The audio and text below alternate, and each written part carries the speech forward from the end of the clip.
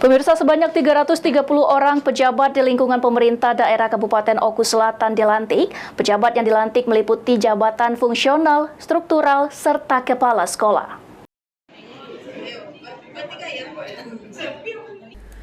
Bupati Oku Selatan Popo Ali mengambil sumpah janji 333 pegawai negeri sipil di lingkungan pemerintah daerah Kabupaten Oku Selatan.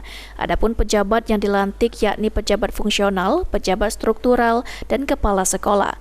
Pejabat yang dilantik terdiri dari 118 orang kepala sekolah, 63 orang pejabat fungsional, dan 152 orang pejabat struktural. Pelantikan ini berlangsung di Aula Pemkab Kabupaten Oku Selatan. Pelantikan ini dilakukan untuk mengisi jabatan yang kosong agar difungsikan sebagaimana mestinya.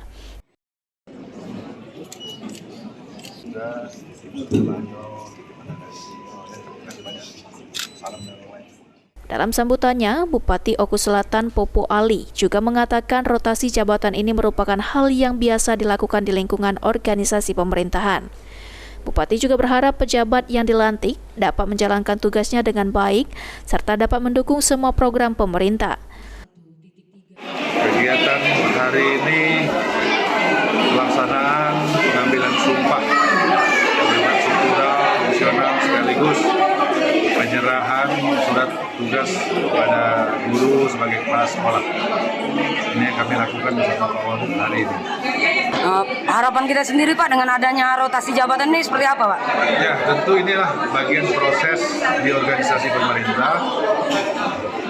Rotasi, promosi, sekaligus evaluasi bagian dari bagaimana memotivasi sumber daya manusia, apalagi promosi, bagian dari penghargaan dan pencapaian.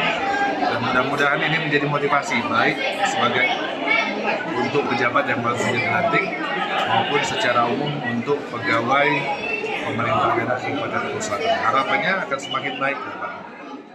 Sri Fitriana, PAL TV.